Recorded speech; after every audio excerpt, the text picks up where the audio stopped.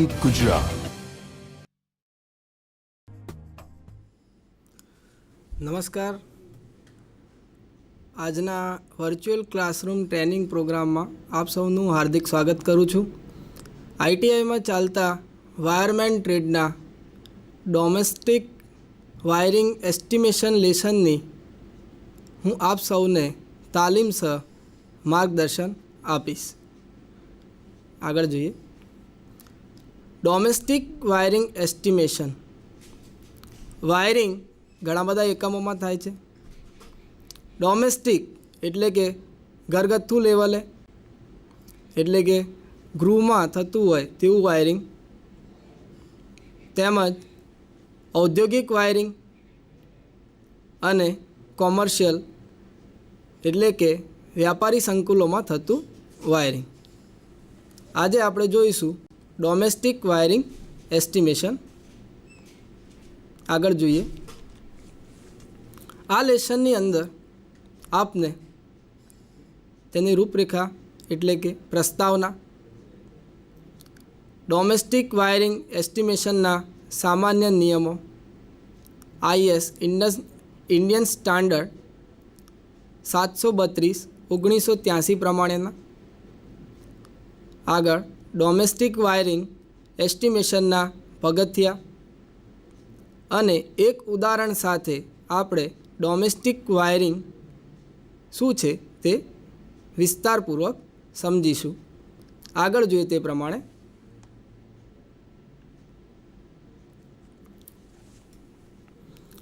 પ્રસ્તાવના. કોઈપણ વાયરિંગ કાર્ય સલામત રીતે થાય તે માટે ભારત સરકાર દ્વારા સલામતી અને વાયરિંગને લગતા નિયમો બનાવવામાં આવેલ છે.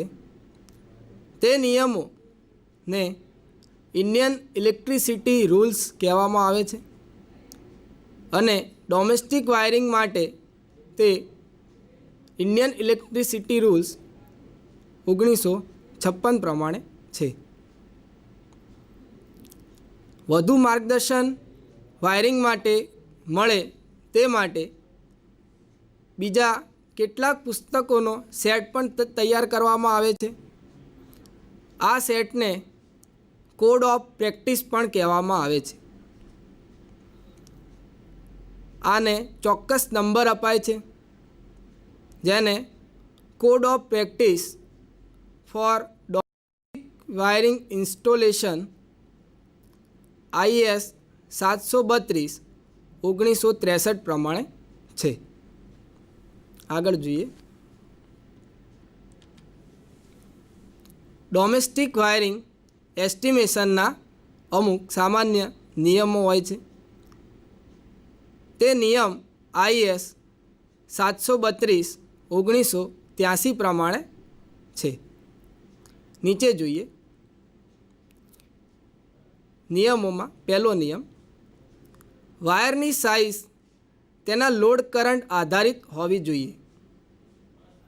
આપણે કેટલો લોડ લગાવેલો છે અને તે લોડ કેટલો કરંટ ખેંચશે તે પ્રમાણે જે આપણે વાયર વાપરવાનો છે તે વાયર તે લોડ કરંટ આધારિત હોવો જોઈએ. એટલે કે તે સેફલી સુરક્ષિત રીતે તે કરંટ તેમાંથી વહેવા દે તે માટે વાયરની સાઇઝ લોડ કરંટ આધારિત હોવી જોઈએ. બીજું છે, દરેક સબ સર્કિટ યોગ્ય રેટિંગના ફ્યુઝથી રક્ષાયેલી હોવી જોઈએ. મેઇન સ્વિચ પછી ડિસ્ટ્રીબ્યુશન બોર્ડ હોય છે, તેની અંદર આપણે સબ સર્કિટ ડિઝાઇન કરતા હોય છીએ અને તેની અંદર દરેક ફેઝમાં આપણે ફ્યુઝ રાખતા હોય છીએ, જેથી જ્યારે કરંટનું પ્રમાણ વધી જાય તો તે ફ્યુઝ પોતે ખુલી જાય અને તે વધુ કરંટને આગળ વહેતો અટકાવે. તે માટે ફ્યુઝ સર્કિટમાં ખૂબ જ અગત્યનું બની રહે છે. આથી દરેક સબ સર્કિટની અંદર યોગ્ય રેટિંગના ફ્યુઝ વાપરવામાં આવે છે અને તે વાપરવા ખૂબ જ અગત્યના બની રહે છે. ડોમેસ્ટિક વાયરિંગમાં જ્યારે વાયર માટે જો ધાતુની કોન્ડ્યુટ સાથે તે વાયરિંગ કરવામાં આવતું હોય તો દરેક ધાતુની કોન્ડ્યુટને અર્થ કરવી તે ખૂબ જ અગત્યની છે, કારણ કે જો ઇન્સ્ટોલેશનમાંથી લીકેજ કરંટ જો ધાતુની કોન્ડ્યુટમાંથી પસાર થાય અને તે લીકેજ કરંટનું પ્રમાણ ઇન્સ્યુલેશન વધુ પડતું નબળું થાય તો તે લીકેજ કરંટનું પ્રમાણ વધી જાય છે અને આપણને શોક લાગવાની શક્યતા રહે છે. તેવું ન થાય તેના માટે ધાતુની કોન્ડ્યુટ જો વાયર સાથે વાપરેલી હોય તો તે ધાતુની કોન્ડ્યુટનું અર્થિંગ પણ કરેલું હોવું જોઈએ. આગળ જોઈએ, કોઈપણ પોઈન્ટ કે સાધન જ્યારે વાપરવાનું હોય ત્યારે દાખલા તરીકે ટ્યુબલાઇટ છે કે પછી પંખો છે કે બીજું કોઈ પણ ઘરગથ્થુ સાધન કે જે વીજ સાધન છે, પાવરથી ચાલે છે, તેના માટે દરેક માટે સ્વતંત્ર એક સ્વિચ આપેલી હોવી જોઈએ, જેથી તેને ઓપરેટ અલગ અલગ સ્વિચની મદદથી કરી શકાય. એક સાથે કોઈ પણ બે સાધન કે પોઈન્ટનું વાયરિંગ એક જ સ્વિચમાં થયેલું હોવું જોઈએ નહીં. આગળ જોઈએ,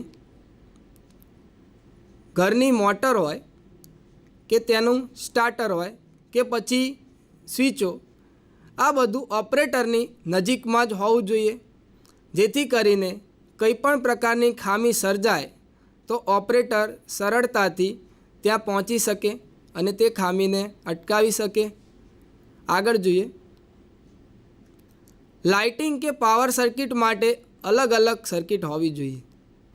લાઇટિંગ સર્કિટની અંદર લાઇટ, પંખો, બલ્બ દરેક વસ્તુ તે લાઇટિંગ સર્કિટમાં સમાવેશ થાય છે. જ્યારે પાવર વાયરિંગની અંદર 15 એમ્પિયરના સોકેટ કે જે મોટા કરંટ રેટિંગના છે તેને પાવર વાયરિંગ કહેવામાં આવે છે ડોમેસ્ટિક વાયરિંગમાં. માટે તે બંને સર્કિટ અલગ અલગ હોવી જોઈએ.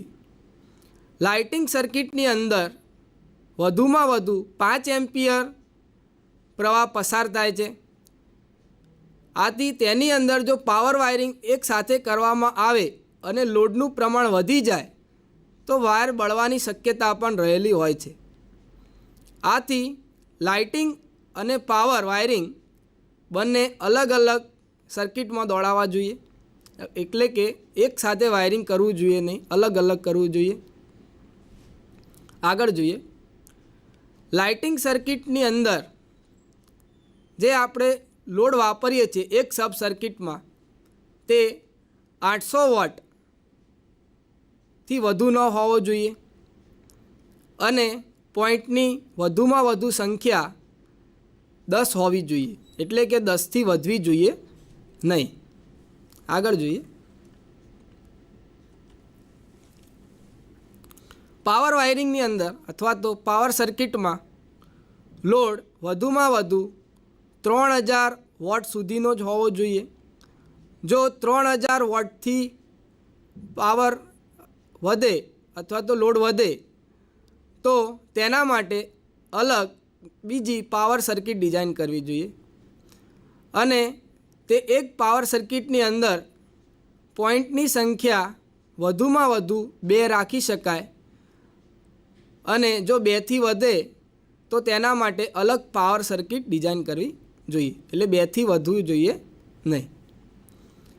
મકાનનો લોડ 2 કિલોવોટથી 5 કિલોવોટની વચ્ચે સુધીનો હોય છે વધુમાં વધુ. જો મકાનનો લોડ 4 કિલોવોટથી વધતો હોય તો તેવા વપરાશવાળા કસ્ટમરને 3 ફેઝ કનેક્શન આપવું જોઈએ, ન કે સિંગલ ફેઝ કનેક્શન આપવું જોઈએ. તેમજ ડોમેસ્ટિક વાયરિંગનો જે છેલ્લો પોઈન્ટ હોય ત્યાં વોલ્ટેજ ડ્રોપની કિંમત 3%થી ઘટવી જોઈએ નહીં. ઇન્ડિયન સ્ટાન્ડર્ડ પ્રમાણે ડોમેસ્ટિક લેવલે આપણે 230 વોલ્ટનો જે સપ્લાય આવે છે તેની અંદર વધુમાં વધુ પ્લસ માઇનસ 6% સુધીનું વેરિએશન એટલે કે વધઘટ ચલાવી શકાય છે. તેનાથી વધુ અથવા તો ઓછી વધઘટ ચલાવી શકાતી નથી. આગળ જોઈએ.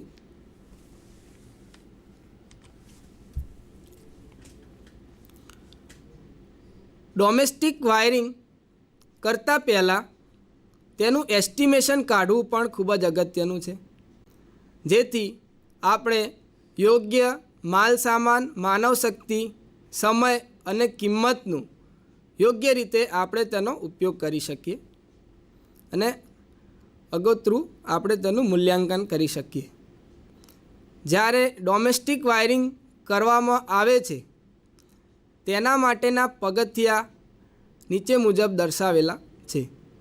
પહેલું છે, સૌથી પહેલાં મકાન માલિકને મળવું અને મકાનના પ્લાનમાં પોઈન્ટની સંખ્યા નક્કી કરવી કે કેટલા પોઈન્ટ મકાનમાં નાખવાના છે અને તે પોઈન્ટ જ્યાં નાખવાના છે તેની જગ્યા પણ નક્કી કરવી જોઈએ.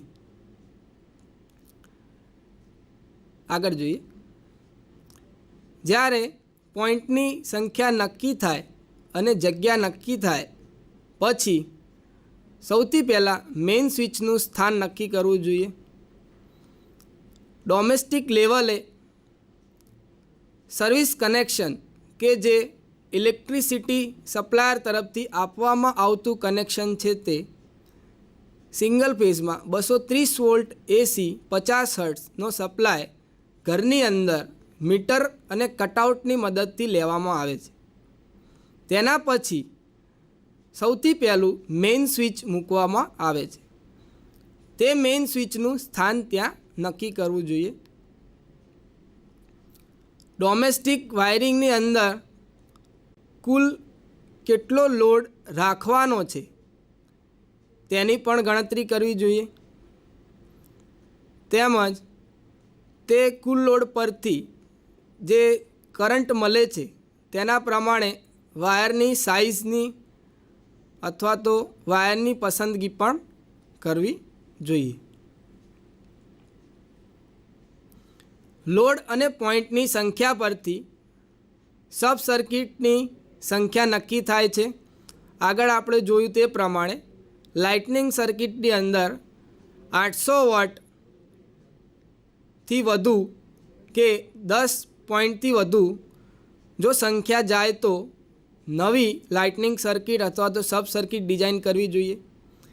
તેવી જ રીતે પાવર સર્કિટની અંદર 3000 વોટથી વધુ કે 2 પોઈન્ટથી વધુ જો પાવર સર્કિટમાં લોડ વધે તો નવી પાવર સર્કિટ અથવા તો સબ સર્કિટ અલગથી ડિઝાઇન કરવી જોઈએ. આગળ જોઈએ. આ થયા પછી મેઇન સ્વિચ અને ડિસ્ટ્રીબ્યુશન બોર્ડની સાઇઝ નક્કી કરવી તેમજ main switch, distribution board, sub circuit board માટે વાયરની સાઇઝ નક્કી કરવી. કારણ કે જ્યારે મેઇન સ્વિચમાં કરંટ આવે છે ત્યારે તેના પછી ડિસ્ટ્રીબ્યુશન બોર્ડમાં રાખેલી સબ સર્કિટની અંદર કરંટનું વિભાજન થાય છે. એટલે કે લોડ આધારે સબ સર્કિટમાં કરંટ પ્રવાહ થાય છે. દરેક સબ સર્કિટમાં પસાર થતો કરંટ તે મેઇન સ્વિચમાંથી પસાર થતા કરંટ કરતાં ઓછો હોય છે. આથી અલગ અલગ કરંટ પ્રમાણે અથવા તો અલગ અલગ કરંટના લેવલ પ્રમાણે વાયરની સાઇઝ નક્કી કરવી જોઈએ. મકાનના પ્લાનમાં સબ સર્કિટના રસ્તા દર્શાવવા જોઈએ, એટલે કે લેઆઉટ પ્લાન બનાવવો જોઈએ અને વાયરિંગ ડાયાગ્રામ બનાવવો જોઈએ, જેથી કરીને એસ્ટિમેશન કાઢવું ખૂબ જ સરળ બની રહે છે.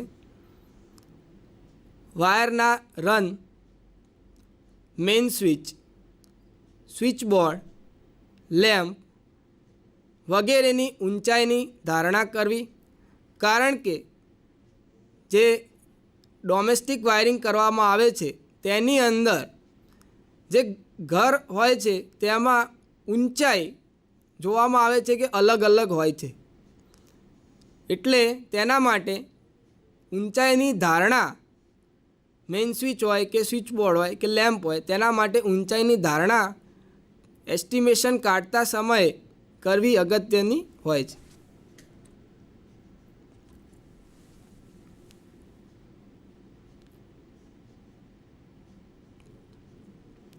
કોન્ડ્યુટ એટલે કે પાઇપ કે જેમાં આપણે વાયર નાખીએ છીએ તે, અને વાયરની લંબાઈ અને ફિટિંગનો જથ્થો નક્કી કરવો જોઈએ, અને તેમાં 10થી 20% નુકસાનીના ઉમેરવા જોઈએ, કારણ કે જ્યારે કાર્ય કરવામાં આવે છે ત્યારે અમુક જથ્થો ખરાબ થવા અથવા તો કટિંગની અંદર નુકસાનીમાં જાય છે, અને તેના માટે 10થી 20% જથ્થો નુકસાનીનો અટકળે તેની અંદર વધુ ઉમેરવામાં આવે છે. પછી આ થયા પછી માલ સામાનની ગણતરી કરતા રહેવું જોઈએ, અને તે માલ સામાનની ગણતરી કર્યા પછી તેના માટે આકારણી પત્રક તૈયાર કરવું જોઈએ. આ આકારણી પત્રકની અંદર દરેક માલ સામાનની વિગતનો સમાવેશ થાય છે કે કેટલો માલ સામાન અને કયો માલ સામાન વપરાય છે, તેમજ તેનો એકમ, તેનો કુલ જથ્થો માલ સામાનનો, તેમજ તેનો ભાવ કે તે માલ સામાન કેટલી કિંમતનો છે પ્રતિ એકમ,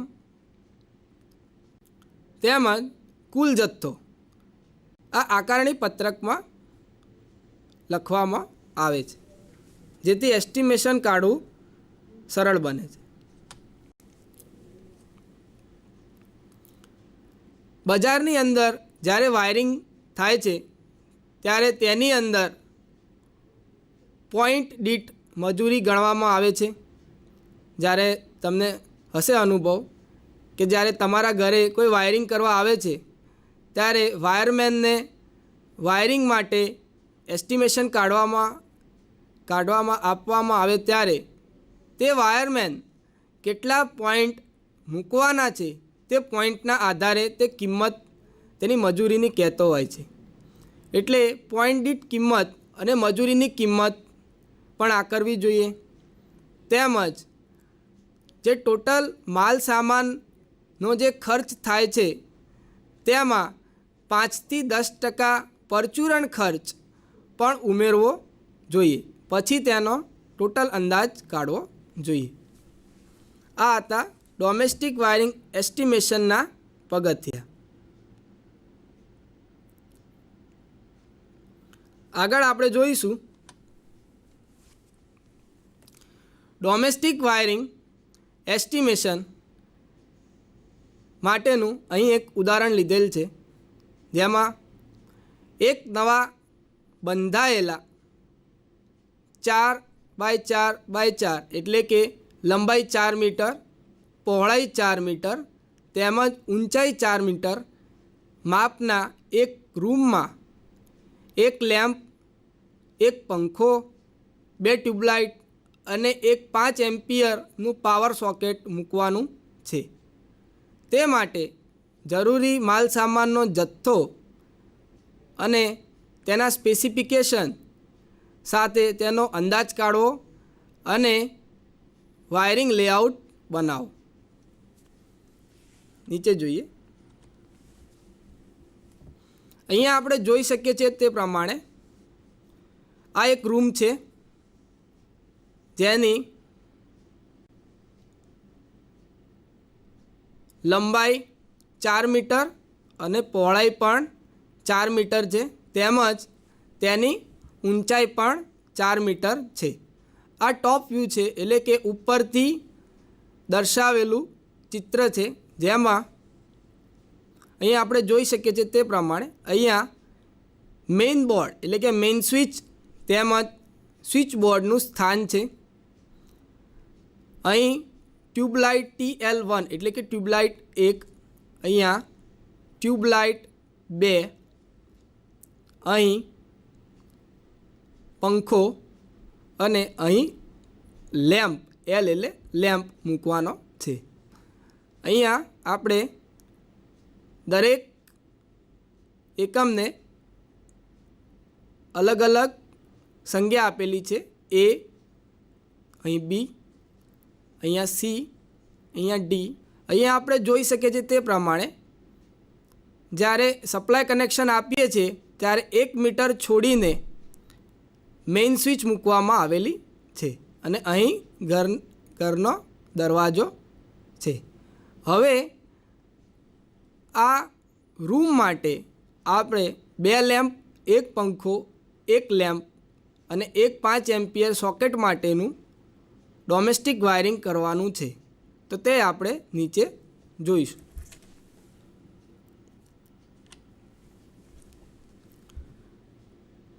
અહીં એક કોઠો બનાવવામાં આવેલ છે. તેની અંદર વિદ્યુત ભારની ગણતરી કરેલી છે. અહીં લાઇટ પોઈન્ટ અને નીચે પોઈન્ટની સંખ્યા અને વોટ દર્શાવેલા છે.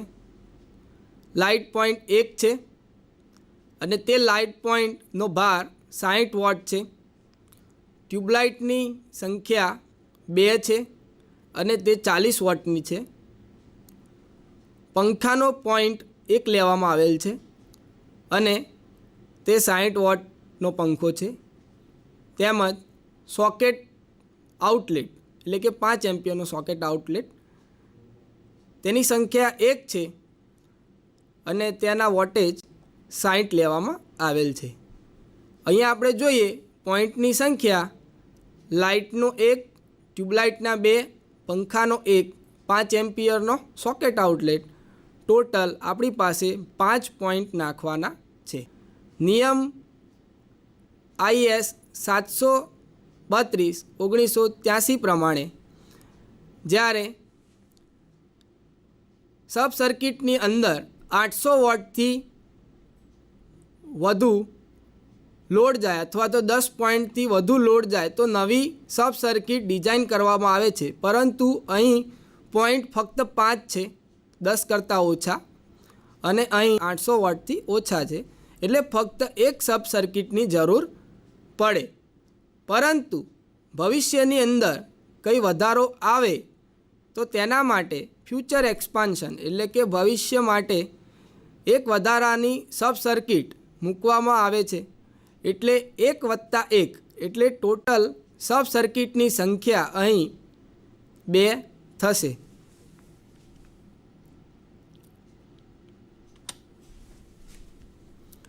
વાયરની સાઇઝની ગણતરી કરીએ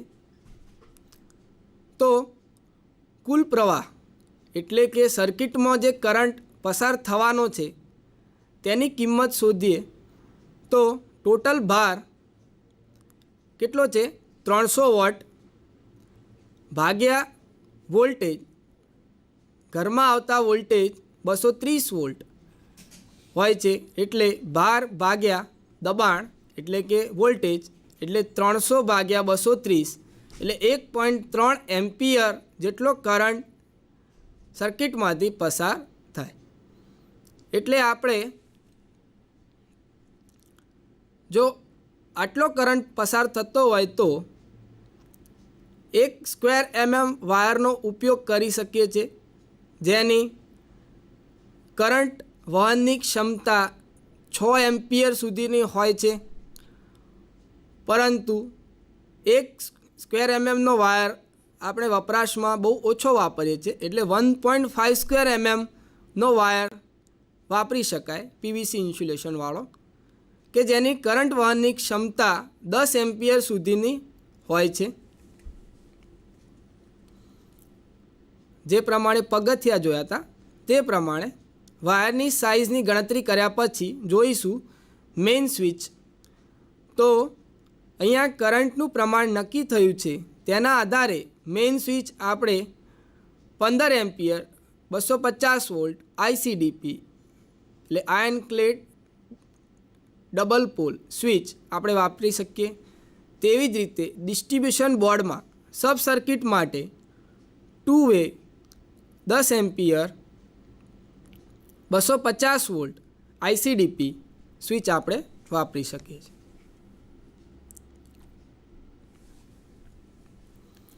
આ થયા બાદ કોન્ડ્યુટ અને વાયરની ગણતરી કરવાની થાય છે. તો કોન્ડ્યુટની ગણતરી કરીએ તો વાયરની ગણતરી મળી શકે છે. તો સૌથી પહેલાં કોન્ડ્યુટની ગણતરી કરીએ. કોન્ડ્યુટની ગણતરી માટે સૌથી પહેલાં આડી લંબાઈ શોધીએ, એટલે કે જેટલો આડો રન આવતો હોય સર્કિટની અંદર તેની આપણે ગણતરી કરીએ. અહીં દેખીએ AB વત્તા BC વત્તા CD વત્તા CE. AB એટલે અહીં મેઇન બોર્ડ એટલે કે સ્વિચ બોર્ડથી ડોર સુધીનું અંતર, જે આખું અહીં 4 મીટર છે, અડધું 2 મીટર થાય અને એનાથી અડધું 1 મીટર થાય, એટલે A થી B સુધીનું અંતર 1 મીટર છે, વત્તા BC 2 મીટર છે. અહીં આપણે જોઈ શકીએ છીએ આખી અહીં લંબાઈ 4 મીટરની છે, એટલે B થી C સુધીનું અંતર અહીં 2 મીટર થાય. તેવી જ રીતે C થી D સુધીનું અંતર 2 મીટર અને વત્તા C થી E સુધીનું અંતર એટલે બીજા 2 મીટર, એટલે ટોટલ આડી લંબાઈ કોન્ડ્યુટની થશે 7 મીટર. હવે આડી લંબાઈ શોધ્યા બાદ ઊભી લંબાઈ શોધવી પડે. તો ઊભી લંબાઈ માટે પગથિયામાં કહ્યું હતું તે પ્રમાણે ધારણાઓ કરવી પડે છે. અહીં આપેલા રૂમની ઊંચાઈ 4 મીટર છે, તો તે પ્રમાણે આપણે ધારણા કરીએ તો છતથી ઊંચાઈ એટલે ભોંય તળિયા સુધીની ઊંચાઈ અહીંયા 4 મીટર આપેલી છે. ભોંય તળિયાથી બેટનની ઊંચાઈ એટલે અહીંયા આ ભોંય તળિયુંથી બેટનની ઊંચાઈ 3.5 મીટર લીધેલ છે. ભોંય તળિયાથી સ્વિચ બોર્ડ એટલે SB સ્વિચ બોર્ડની ઊંચાઈ 1.3 મીટર લીધેલી છે, એટલે સ્વિચ બોર્ડ 1.3 મીટર ભોંય તળિયાથી ઊંચું રહેશે. અને ભોંય તળિયાથી મેઇન સ્વિચની ઊંચાઈ 1.5 મીટર, એટલે અહીં જોઈ શકીએ તે પ્રમાણે અહીંયા મેઇન બોર્ડ છે એટલે કે મેઇન સ્વિચ છે, એટલે ભોંય તળિયાથી મેઇન સ્વિચની ઊંચાઈ 1.5 મીટર, તેમજ ભોંય તળિયાથી લાઇટ પોઈન્ટની ઊંચાઈ 2.5 મીટર. એટલે લાઇટ પોઈન્ટ એટલે લાઇટિંગ પોઈન્ટમાં ટ્યુબલાઇટ, લેમ્પ બધાનો સમાવેશ થાય, પંખો, જે ભોંય તળિયાથી 2.5 મીટર ઉપર આવેલા છે. અહીં આપણે આ ધારણાઓ કર્યા બાદ આપણે કોન્ડ્યુટની કુલ ઊભી લંબાઈ શોધીશું.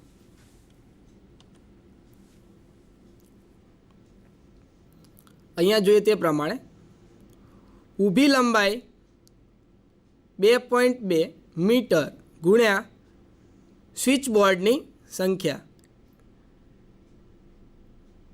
અહીં આપણે જોઈએ તે પ્રમાણે જે વાયરિંગ કરવાનું થાય છે તે વાયરિંગનો રન અહીં આવે છે, એટલે કે છતથી 0.5 મીટર નીચે, અને ત્યાંથી વાયર જે છે એ સ્વિચ બોર્ડ સુધી અહીં આવે છે, એટલે તે 2.2 મીટર આપણે અહીંયા ગણતરીમાં લીધેલ છે.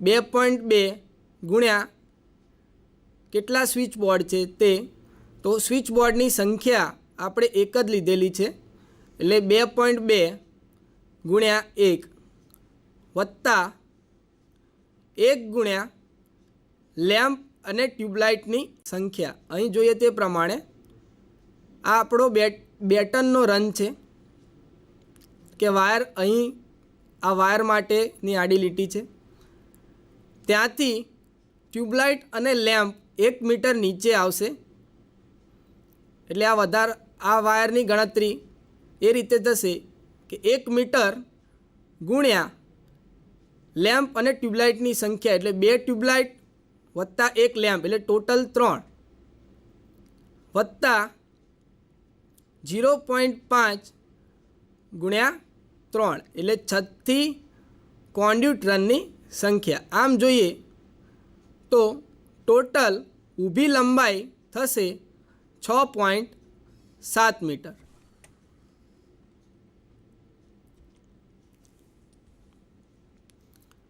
કોન્ડ્યુટની લંબાઈ કુલ 13.7 મીટર થાય. અહીં જોઈએ આડી લંબાઈ વત્તા ઊભી લંબાઈ એટલે તેનો સરવાળો 7 વત્તા 6.7 એટલે 13.7 મીટર જેટલો થાય. 10% કોન્ડ્યુટની ખરાબીના ઉમેરીને કોન્ડ્યુટની ટોટલ લંબાઈ અટકળે 15 મીટર જેટલી થશે.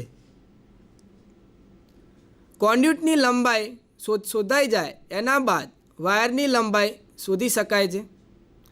નિયમ પ્રમાણે કોન્ડ્યુટની લંબાઈના 3 ગણા કરીએ તો વાયરની લંબાઈ મળી જાય છે થંબ રૂલ પ્રમાણે. એટલે 3 ગુણ્યા 15 એટલે 45 મીટર જેટલો વાયર આપણે વાપરવો પડે.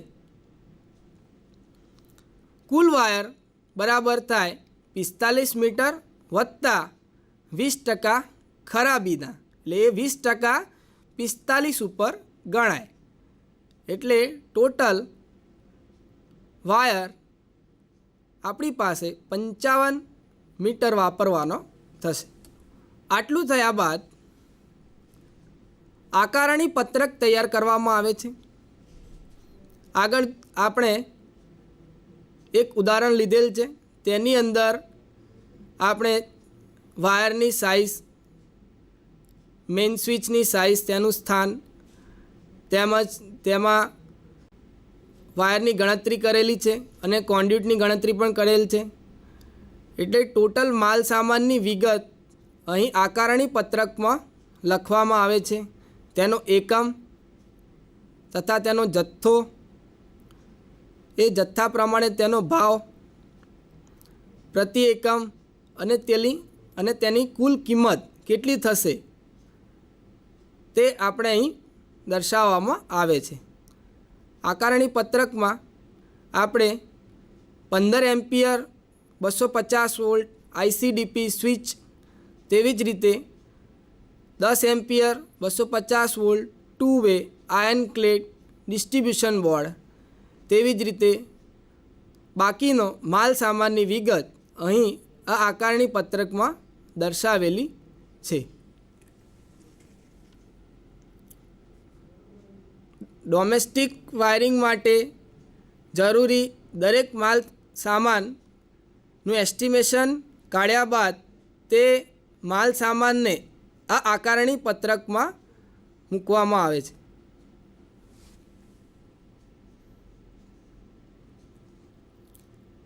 અહીં જોઈએ તે પ્રમાણે ફરીથી જે માલ સામાનનો ઉપયોગ થયો છે તેના માટેનું આકારણી પત્રક છે.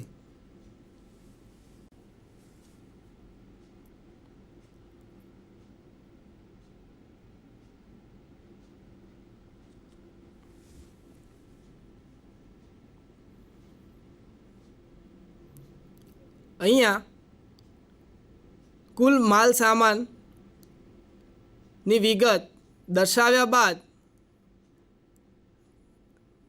10% પરચુરણ માલ સામાન માટેની રકમ એટલે કે લમસમ અહીંયા 20 રૂપિયા લખેલ છે અને કુલ માલ સામાનમાં થતો ખર્ચ તે ટોટલ જેટલો માલ સામાન વાપરેલો છે તેની કુલ કિંમતના સરવાળા બરાબર અહીં થાય એટલે તેને આપણે કુલ માલ સામાન ખર્ચ કહી શકીએ. વત્તા તેમાં મજૂરી ખર્ચ ઉમેરાય જે પોઈન્ટ દીઠ હોય, અહીંયા 5.5 પોઈન્ટની સંખ્યા લીધેલ છે, ગુણ્યા 45 રૂપિયા તે તેનો મજૂરી ખર્ચ છે પોઈન્ટનો, એટલે પોઈન્ટ ગુણ્યા તે ખર્ચ એ થશે 247 રૂપિયા. તેવી જ રીતે ઓવરહેડ ખર્ચ માલ સામાન પર થતો હોય તેને 10% લેખે, એટલે અહીં જોઈએ 1085 ટોટલ ખર્ચ છે, તેમાં 108 રૂપિયા વધારે 10% લેખે. અને છેલ્લે જે અંદાજ કાઢવામાં આવે છે તે કુલ અંદાજિત ખર્ચ, કુલ માલ સામાનનો ખર્ચ એટલે 1085 વત્તા મજૂરી ખર્ચ એટલે 247 વત્તા ઓવરહેડ જે 10% લેખે માલ સામાન પર લગાવવામાં આવે છે તે, એટલે એમ ટોટલ અંદાજિત ખર્ચ 1432 રૂપિયા જેવો થશે. એટલે એક રૂમનું એક લેમ્પ, 2 ટ્યુબલાઇટ, એક 5 એમ્પિયર સોકેટ આઉટલેટ અને એક સીલિંગ ફેન, આ માટે ડોમેસ્ટિક વાયરિંગનું એસ્ટિમેશન કાઢ્યું, જેનો કુલ અંદાજિત ખર્ચ 1432 રૂપિયા, એટલે આપણે તેને લમસમ 1435 રૂપિયા કહી શકાય. તો આગળ વધીએ. આજના ડોમેસ્ટિક વાયરિંગ એસ્ટિમેશન લેસનની અંદર આપણે તેના સામાન્ય નિયમો કે જે IS 732 1983 પ્રમાણેના હતા તે જોયા, તેમજ ડોમેસ્ટિક એસ્ટિમેશન કરવા માટેના પગથિયા જોયા અને તેને આપણે એક ઉદાહરણ લઈને તેને વધુમાં સમજ્યા. તો અહીં હું મારું લેક્ચર સમાપ્ત કરું છું. આભાર.